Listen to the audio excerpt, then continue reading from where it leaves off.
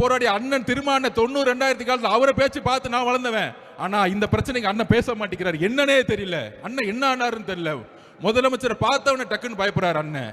எப்படி பார்த்தா எங்க அண்ணன் திருமாவளவன் 2000ல். ஆனா இன்னைக்கு மக்களுடைய பிரச்சனைகளை பேசவே மாட்டேங்கிறார். என்னென்ன 6 தொகுதி 8 தொகுதி முக்கியமா? மக்களுடைய வெளிமலை மக்களுடைய பிரச்சனைகள் முக்கியமா? அதை சொல்லுங்க. நாங்குநேரில் வெட்டப்பட்டது யார்? தலித் சகோதரர்கள்.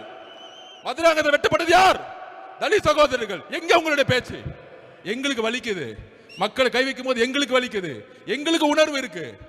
2 வயசு குழந்தையும் 14 வயசு குழந்தையும் 12ஆம் கிளாஸ் பொண்ணும் கற்பழிக்க முடியாது. என்னுடைய தங்கை மேல கை வச்சா என்ன கோவம்? அதே கோவம் தான் எங்களுக்கு வருது. ஆனா உங்களுக்கு ஏன் கோவம் வர மாட்டேங்குது? ஏன் முதலமைச்சர் உங்களுக்கு கோவம் மாட்டேங்குது? நீங்களும் ஒரு பெண் குழந்தையை பெற்றிருக்கீங்க. ஏன் பேச மாட்டேங்கிறீங்க? அட்லீஸ்ட் பேசுங்க. பாதிக்கப்பட்டவங்களை பாருங்க. இனிமேல் நான் இருக்கிற வரைக்கும் இனிமேல் தவறு நடக்க மாட்டேன்னு சொல்லுங்க. அட்லீஸ்ட் மக்கள் உங்களை அட்லீஸ்ட் திருப்பி அவங்க ஓட்டு போடுவாங்க. ஆனா அதை கூட சொல்ல மாட்டேங்கிறீங்களே. ஒரு மனிதாபிமானம் கூட உங்களுக்கு இல்லையே. அதனாலதான் எங்களுக்கு கோபம் வருது.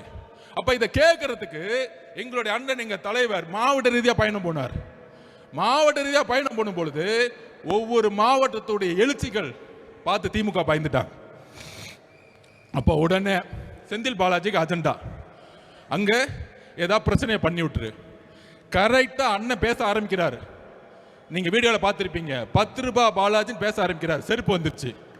எந்த மாவட்டத்திலையும் செருப்பு தூக்கி போட்டதா வரலாறே கிடையாது. ஏன்னா சுத்தியில் இருக்கக்கூடிய மக்கள் எங்க தலைவரோட அன்பு இல்ல நம்பிக்கை வச்சிருக்காங்க. அப்ப கரூர்ல மட்டும் எப்படி செருப்பு வந்துச்சு? நேத்து பேட்டி கொடுக்கிறார் செந்தில் பாலாஜி. அது என்ன ஹாஸ்பிட்டல்ல போனவங்க எல்லாத்தையும் கூப்பிடுவாங்க, என்ன மட்டும் ஏன் கூப்பிடுறாங்கன்னு தெரியல. நீ தான் ஃபர்ஸ்ட் அக்யூஸ்ட். அவ்வளவுதான். செகண்ட் அக்யூஸ்ட் யாரு?